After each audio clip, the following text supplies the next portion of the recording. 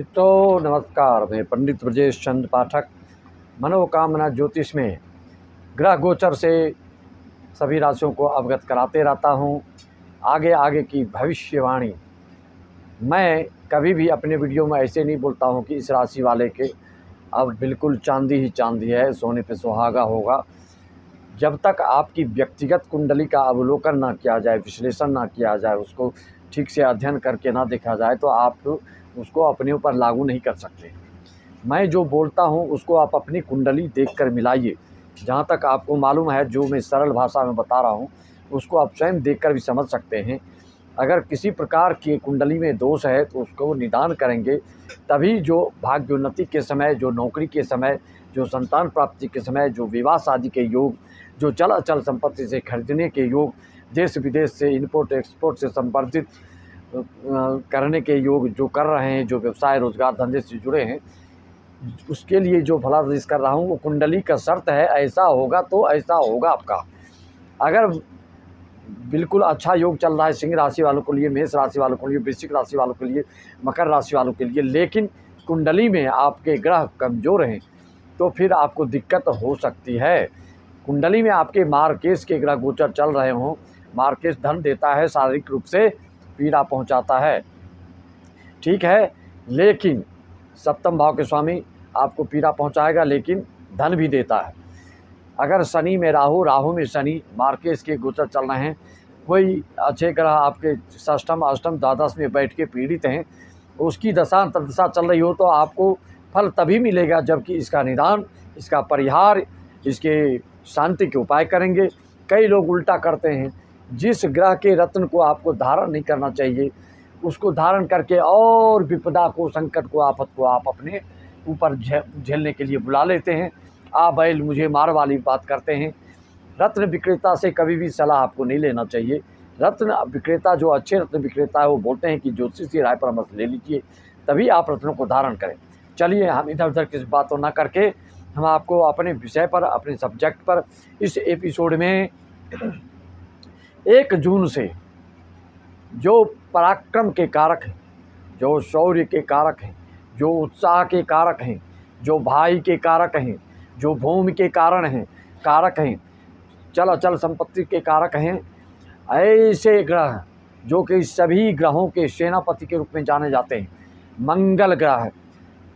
कान खोलकर सुन लीजिए, जिसकी भी मेष राशि मेष लग्न, वृश्चिक राशि वृश्चिक लग्न, सिंह राशि सिंह लग्न, मकर राशि मकर लग्न है, अगर कुंडली में आपके मंगली बलिष्ठ है, 12 से 18 अंश का हो, या विपरीत राजयोग हो, या नीच भंग राजयोग हो, कहने का मतलब इस अवस्था में है तो निश्चित है कि छप्पर फार धन वर्षा आपको होगा।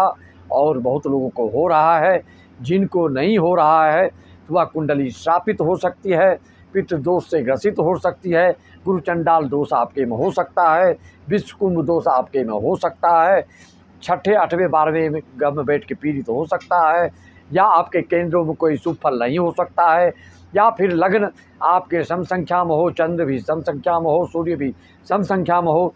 जिसकी कुंडली में जिस लग्न और राशि की बात मैंने की, उस लग्न, चंद्र, सूर्य अगर तीनों आपके विषम राशि में हो, लग्नेश आय भाव में, आयेश लग्न भाव में हो, तो आपको निश्चित तौर पर अपार सफलता मिल रही है, मिलती रहेगी 29 मार्च 2025 तक। खास करके ये जो 1 जून 2024 को जो मंगल ग्रह मीन राशि से मेष राशि में प्रवेश करने जा रहे हैं, दिन के शनिवार को 3:39 पर, 1-2-4 दिन पहले से ही आपकी इसका अनुभूति, इसका अनुभव, इसका एहसास होने लगता है। ऐसे जातक को जिनकी कुंडली में मंगल शुभ प्रभाव में, शुभ राशि में, शुभ नक्षत्र में, शुभ दृष्टि में, शुभ युति में महालक्ष्मी योग बनाकर विपरीत राज योग बन रहा है, उसको अपार सफलता, अथाह सफलता, अनंत सफलता, बिल्कुल उसके वर्णन नहीं कर सकते, इतना मिलेगा आपको। जमीन, उद्योग, धंधा, व्यवसाय आदि से, कोई इलेक्ट्रिकल चीज़ों से व्यवसाय से संबंधित हैं उनको भी अपार सफलता मिलेगा। कोई ईंट भट्टी से जुड़े हैं, बड़े बड़े उद्योगपति तो उनको भी बहुत सफलता मिलेगा। कोई बेकरी से जुड़े बड़े बड़े व्यवसायी हैं, उनको भी अपार सफलता मिलेगा। शर्त जो मैंने बताया वह होना चाहिए, बिल्कुल अंगारक योग ना हो, विषकुंभ दोष आदि ना हो। तो क्या होगा मित्रों, आपको 1 जून 2024 को 3:39 में प्रवेश होने जा रहे हैं। यह वीडियो जन जन तक पहुंचा दीजिए, जिनके भी ऐसा अच्छा योग है अब वो इस योग का फ़ायदा ना उठाए पाए तो ज़िंदगी में फिर ऐसा अवसर आपको प्राप्त जल्दी होने वाला नहीं है। मकान, वाहन, ज़मीन आदि से इतनी अच्छे योग आपको प्राप्त नहीं होंगे। यह 42 से 45 दिन तक रहते हैं। 1 जून से आपको ये 12 जुलाई तक आपके सिंह राशि वालों को द्वादश ये नवम भाव में रहेंगे। ये भाग्य का दरवाज़ा खोलेंगे। अपार सफलता पहले से ही गुरु, सूर्य, शुक्र आपके दशम भाव में बैठकर आपके उत्साह के, आपके उमंग को बिल्कुल परिलक्षित कर रहे हैं और सबको गदगद कर रहे हैं। जो बिना दोष के जिनकी कुंडली है, आपकी कुंडली में कोई दोष नहीं है, तो निश्चित ही उत्थान होना चाहिए, निश्चित ही उत्कर्ष को आपको प्राप्त करना चाहिए, निश्चित ही आपको अच्छी अच्छी अपॉर्चुनिटी मिलनी चाहिए। अगर ऐसा आपके साथ नहीं हो रहा है तो अपनी कुंडली में, अपनी कुंडली के विश्लेषण आप कराएं। 1000-2000 देकर नहीं, मात्र 301 में आप एक बार विश्लेषण कराएं। अगर कोई दोष हो तो उसको तुरंत शांत करें, आपका भाग्य तुरंत उदय होगा, इसमें कोई दो मत नहीं। अब उसको आप दिखाएंगे तभी आपको पता चल सकेगा। मित्रों, तो जिनके मेष लग्न है उनके लिए यह जो है पंचम भाव के, ये आपके मेष लग्न वालों के लिए तो लग्नेश हो रहे हैं। वृश्चिक लग्न वाले के लिए लग्नेश हो रहे हैं, तो आपके बुद्धि, कौशल, पराक्रम और कोई ऐसी युक्ति सुक्त आप अपने मन से लागू करेंगे जिससे कि आपको करियर में ज़्यादा से ज़्यादा लाभ मिलेगा। करियर से संबंधित आपको सफलता प्राप्त होगी। और जिनका सिंह लग्न है उनके लिए यह भाग्य का स्वामी हो रहा है, नवम भाव का स्वामी, तो ये इसके लिए अपार सफलता आपको मिल के रहेगा। जिनका धनु लग्न है उनके लिए पंचमेश बन रहा है, तो पंचमेश का भाग्य भाव में जाने का मतलब है कि आपको संतान से संबंधित शुभ सूचना, संतान के भाग्य से संबंधित शुभ सूचना, या कहीं न कहीं अप्लाई किया हो आपका संतान तो कॉल लेटर आ जाए, ज्वाइनिंग लेटर आ जाए। देश विदेश जाने के इच्छुक हों तो वहाँ से मार्ग आपका प्रशस्त हो जाए। इम्पोर्ट, एक्सपोर्ट, ट्रांसपोर्ट आदि से जुड़े हैं तो उससे संबंधित आपका मार्ग प्रशस्त हो जाए। मित्रों, मैंने पहले ही बताया जिनका मकर लग्न है उनके लिए चतुर्थ भाव में आपका ये रोचक योग बन रहा है। रोचक योग आप जानते हैं कि पंच महापुरुष योग में एक रोचक योग, बहुत ही जो ग्रहों के सेनापति हैं, रोचक योग बनता है। कहाँ पर बनता है? लग्न में, चतुर्थ भाव में, पंचम भाव में, सप्तम भाव में, नवम भाव में, दसम भाव में। इस तरह के योग अपार सफलता देते हैं। जब जब इस ग्रह का गोचर आपके कुंडली में, अगर मंगल की दशा अंतर्दशा, सूर्य की दशा अंतर्दशा, गुरु की दशा अंतर्दशा चल रही हो तो कोई ऐसा नहीं है कि आपको उन्नति से और भाग्य के दरवाजे खोलने से रोक सके। बिल्कुल निश्चित है और अडिग है, इस बात को कोई काट नहीं सकता है कि बिना बाधा के आपको कोई रोक नहीं सकता है। कुंडली में कोई दोष होगा तभी आपको रुकावट महसूस हो सकती है। धनु लग्न वालों के लिए संतान से संबंधित सुखद समाचार प्राप्त होने जा रहा है। संतान से संबंधित, संतान को संतान प्राप्ति हो, संतान को नौकरी प्राप्त हो, संतान को व्यवसाय, उद्योग, धंधा में ज़्यादा लाभ हो, आप या स्वयं हो या आप संतान से संबंधित, धनु लग्न वाले को ज़्यादा फायदा होगा।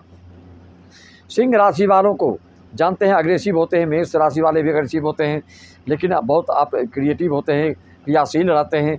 आपकी योजनाओं में क्लियरिटी रहती है, स्पष्टता रहती है, इसलिए आपको ज़्यादा फल मिलता है।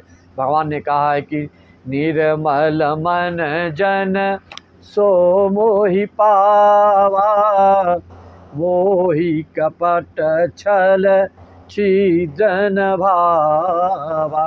अगर आप ईर्ष्या, द्वेष रख कर कुछ किसी के साथ करेंगे तो पुण्य भी आपका विफल हो जाएगा। अच्छा कर्म करते भी कभी कभी उल्टा परिणाम क्यों मिलता है? मन की अपवित्रता के कारण, मन में ईर्ष्या के कारण, किसी के प्रति बेवजह वैर रखने के कारण, किसी से बेवजह जलनखोरी वाली बात करने के कारण, बेवजह किसी की निंदा शिकवा करने के कारण संत महात्मा मंत्र आदि पर श्रद्धा हट जाने के कारण, मंदिर में भी बैठकर किसी की शिकायत करने के कारण बहुत सारे इसके लक्षण हैं। पूजा स्वयं तो लोग बोलते हैं महाराज हम कर लिए, लेकिन पूजा का विधि विधान का पालन आपसे नहीं हो पा सकता है। जो जिस कर्म से जुड़ा है उसकी उस चीज़ में जितनी दक्षता, जितनी निपुणता, जितनी कुशलता होगी, वह अनायास अचानक कोई कुछ करके सोचे कि मैं प्राप्त कर लूँ, यह असंभव होता है। किसी न किसी प्रकार की त्रुटियाँ हो ही जाती हैं। कोई बिजली की तार अनाड़ी आदमी को जोड़ने देंगे तो अच्छा होने के बदला और बुरा हो सकता है।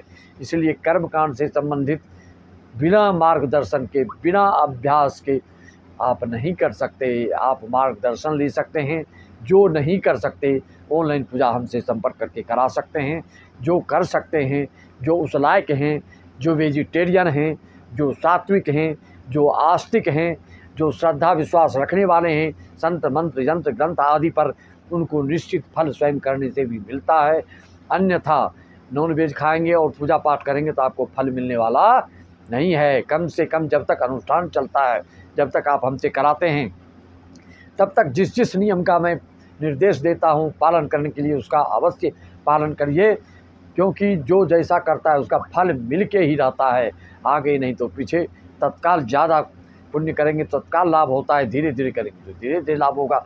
यह तो प्रकृति का नियम है, जो जितना करेगा उतना ही फल मिलेगा। मित्रों, इस तरह से मैंने बताया मेष लग्न, वृश्चिक लग्न, धनु लग्न, सिंह राशि, मकर राशि, इन राशि लग्न वालों को अपार सफलता मिलने जा रहा है 1 जून से। मेष वृश्चिक का लग्न जिनका है उनके लिए, सिंह राशि वालों के लिए भी भाग्य का और ही परचम लहराएगा। पंचमेश हो रहा है, विशेषकर जो बता दिया अग्नि तत्व से संबंधित, कंप्यूटर फोटोग्राफी आदि से संबंधित, ऑडिटिंग से संबंधित, जो आईटी सेक्टर से जुड़े हैं, ऐसे लोगों के लिए बहुत ही शुभ फल मिलने वाला है। किसके लिए अधिक छप्पर फाड़ या फल मिलेगा वह भी मैंने बता दिया कि आपके लग्नेश चंद्र सूर्य विषम राशि में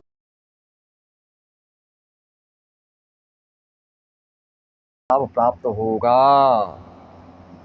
आपकी कुंडली युवावस्था को होनी चाहिए और अंशहीन ना हो, किसी गलत जगह में नहीं बैठे हों तो मिलना चाहिए। बड़ी पूजा, भागवत, रामायण, सुंदर कांड, अत्यंत संगीत में सुमधुर सरस कर कार्यक्रम कराना चाहते हैं अपने घर में, अपने खलिहान में, अपने बाग बगीचे में, अपने बंगले में, तो आप हमसे संपर्क साध करके बड़े से बड़े कार्यक्रम संगीत में करा सकते हैं। जिसको वीडियो चाहिए हमसे संपर्क करके मांगेंगे तो आपको वीडियो भी पहुंचा दिया जाएगा। सबको राम राम, जय श्री राम, ओम नमः शिवाय, ओम नमो भगवते वासुदेवाय, सत श्री अकाल।